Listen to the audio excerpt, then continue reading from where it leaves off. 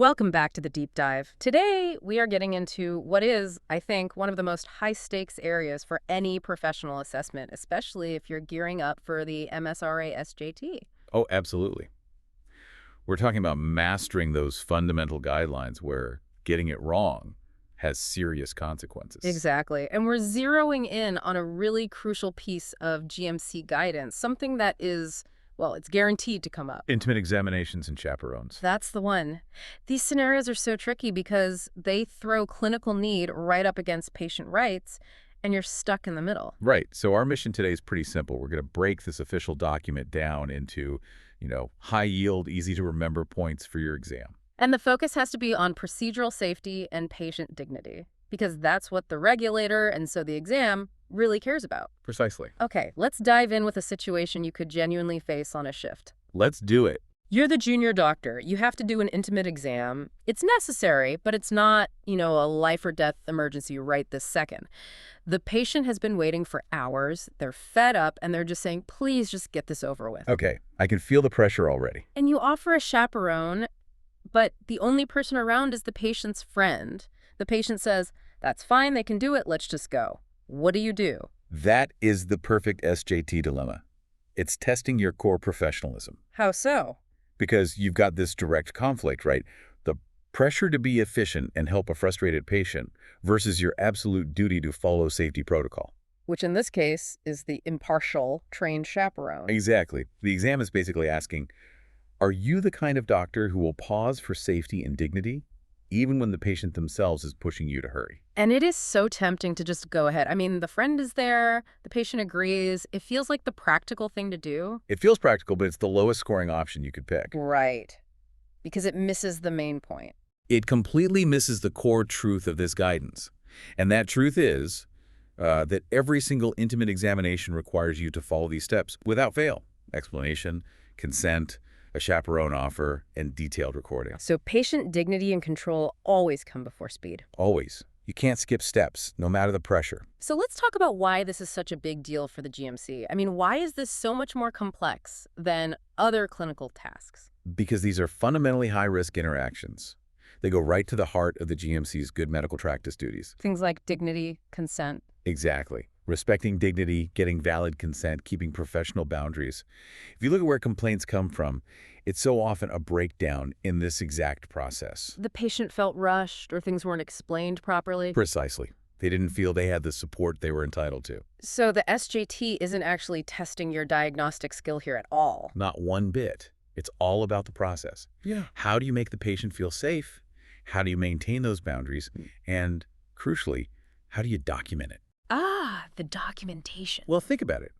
If you don't write down that you offered a chaperone, as far as the regulator is concerned, It never happened. it never happened, and that's a serious failure. Okay, so let's get into the core principles. What the GMC expects before we even start the examination. If we get this pre-exam phase right, that's where the high marks are. That's the key. The first pillar is just sensitivity. The patient has to feel safe and, more importantly, in control. So what does the safest doctor do? The safest doctor explains 3 things very clearly before anything happens. 1, why the exam is necessary. 2, what the procedure will actually involve. And 3, any potential discomfort. Total transparency. It's your best defense. It builds trust. And what if you see the patient is nervous? Maybe they're, shivering a bit or seem tense. That's a huge red flag. It's an immediate signal to pause. The safest doctor gets explicit consent, documents it, and makes it crystal clear that the patient can stop the examination at any time for any reason. No questions asked. And privacy is a part of that, I assume. It's non-negotiable. Making sure they're covered, giving them time to undress alone. It's like you're creating a contract of dignity before you begin. A dignity contract. I like that. Now, speaking of contracts, there's a big exception that feels like it's designed to be an exam trap, the anaesthetized patient. Oh, this is a vital one, especially for anyone going into surgery or anesthetics. If a patient is under anesthetic, the consent they gave beforehand has to cover everything you're planning to do. And there's a specific role for teaching, isn't there? Yes, and this is the exam critical detail. If you are doing the exam for educational purposes, for teaching, you must find evidence of specific written consent for that teaching. So a signature in the notes or on a form? Exactly. If that specific consent for teaching isn't there, the teaching exam cannot happen. End of story. There are absolutely no exceptions. Okay, so let's boil this all down. Give us the high-scoring, step-by-step framework for any intimate exam scenario. Right. This is the mandatory sequence. Follow these 4 steps in this order, and you'll be safe. Step 1. One is explain. You explain the necessity, the procedure, the potential discomfort, and this is critical, their absolute right to stop at any point. Okay, then step 2. 2 is consent or capacity. You get their clear, informed consent. And if it's a child or young person, you have to formally assess their capacity, their Gillick competence for this specific exam. Right, not just general capacity. For this specific decision. Step 3, offer a chaperone. Every single time, you must offer a trained, impartial health professional and explain what their role is. And it doesn't matter what the gender of the patient or doctor is. Irrelevant. The offer is mandatory. Finally, step 4 is proceed and record. You only proceed after consent is given and you've maintained their dignity, and then you immediately record everything. What does everything mean here? It means you record that consent was given, you record the full chaperone discussion, that you offered it, and whether they accepted or declined, and if they accepted, you record the chaperone's name and role. That 4-step process feels like the real key to this. We need an easy way to lock that in. I always think of the mnemonic CHAP, like a safety chap. CHAP. I like it. What does it stand for? So C is for consent. Obtained and, as you said, meticulously recorded. Okay. H is for health professional. That's your ideal chaperone, trained and impartial. Okay. A is for autonomy. You've explicitly told the patient they have the right to ask questions and to stop. The control is theirs. Yes. And P is for privacy. Dignity maintained, patient is covered, they have time to get ready. CHAP, that's a great framework. Like that dignity contract idea again, you complete the checklist, you file away in the notes, and only then do you proceed. It really anchors those steps. Right then, let's get to the exam gold, the specific scenario patterns that always come up. Let's go back to that first one. The patient who has waited for hours and only their friend is available to chaperone. Okay, let's break that down because it's full of traps. The first pattern is chaperone and available. The exam is necessary, but it's not critically urgent. So what's being tested there? It's testing if you'll compromise professional standards for convenience. The best action, the highest scoring one, is to offer to delay the examination until a suitable, trained chaperone is available. As long as that delay is clinically safe? Provided the delay doesn't harm the patient's health, yes, you uphold the standard. Okay, next pattern. The patient actively refuses a chaperone. You've offered, they've said no. Right, here they're testing your ability to balance patient autonomy against your own professional comfort and safety. So what do you do? First, you gently explain why you'd prefer a chaperone. You can say it's for their protection and for yours. If they still say no, you have to respect their autonomy. But what if I feel uncomfortable proceeding alone? Then you do not have to proceed. That's a key point. If you are personally uncomfortable, you can explain this, and if it's safe to do so, arrange for a colleague to see the patient instead. You should never, ever proceed if you feel unsafe. That's a really important protection for the doctor. It is. Okay, third pattern. The relative or friend as a chaperone. The one from our first dilemma. Exactly. This tests if you understand what impartial means. The best action is to explain very clearly that a friend can be there for support, and that's great, but they can't be the official impartial chaperone. So you still have to offer a trained one as well. You must offer a trained health professional as well. If one isn't available, you're back to the first pattern.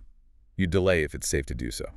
And that last one, the educational exam on an anaesthetized patient. This tests how seriously you take consent when the patient is at their most vulnerable. The only correct action is to stop and physically check the records for that specific written consent for teaching. And if it's not there? You cannot proceed with the teaching exam. Full stop. No shortcuts. Let's flip this around now and look at the trap answers, the ones that sound plausible but will absolutely tank your score. Yes, these are usually the ones that prioritize speed over safety. Okay, trap number 1. Just carry on quickly. The patient is in pain and needs a diagnosis. The efficiency trap. This completely ignores the patient's right to dignity and the right to stop at any time.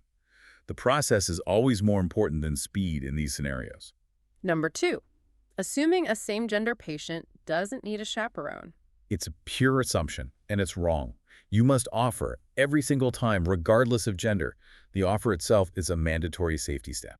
Right. What about use the receptionist because they're free? Another classic error. A chaperone has to be trained and briefed on their role. They need to know they are there to observe and be a point of contact for the patient if they have concerns. An untrained staff member can't fulfill that duty. Okay, and the last big one. I'm too busy. I'll write up the notes later. The documentation trap. As we said, if you don't record the chaperone offer and the outcome immediately, in the eyes of the GMC, it didn't happen, that's a serious professional failure. What about using threats? Something like, well, if you don't accept a chaperone, I can't examine you at all. That's coercion. It's an abuse of your position. You can explain your discomfort and offer an alternative clinician, but you can't force them to accept a chaperone they've refused. You can only delay if it's clinically safe, not as a punishment. Got it. Okay, let's do a few rapid-fire examples to really cement these rules. Let's do it. You change your examination technique halfway through. What do? Stop. Explain the new technique and get new permission to continue. A new procedure needs new consent. A child is assessed as having Gillick competence. You still have to be sure they have capacity for this specific intimate examination, not just capacity in general. You notice the patient seems distressed, tense, shivering. You pause immediately and ask if they want to stop or if they need a break. You check in with them. Perfect. So to wrap this all up, give us the 3 absolute key takeaways for the exam. Okay. Number 1. Every intimate exam must be preceded by the CHAP framework. Yeah. Explanation, consent, chaperone offer, and recorded privacy. It is not optional. Number 2. Chaperones must be trained, impartial health professionals. A friend or relative can be there for support, but they do not replace the need for an official chaperone. And the 3rd. Never, ever proceed if the patient asks you to stop, or if you, the doctor, feel professionally uncomfortable or unsafe without a chaperone. Your safety matters too. By embedding those steps, you're not just aiming for a high score. No, you're demonstrating that you're the safest doctor you can be. You're securing the patient's trust, and you're protecting both them and yourself. That's what this is all about. An incredibly important topic, broken down perfectly. Thank you for walking us through that. Hopefully that CHAP framework really sticks with you, not just for the exam, but for your day-to-day practice. And just to leave you with a final thought to chew on, with remote video consultations becoming more and more common, how do these rules apply? How do you interpret the concept of an intimate examination and the need for an impartial chaperone when you're using digital technology? A very modern problem. The physical barriers are gone, but the professional duties are exactly the same.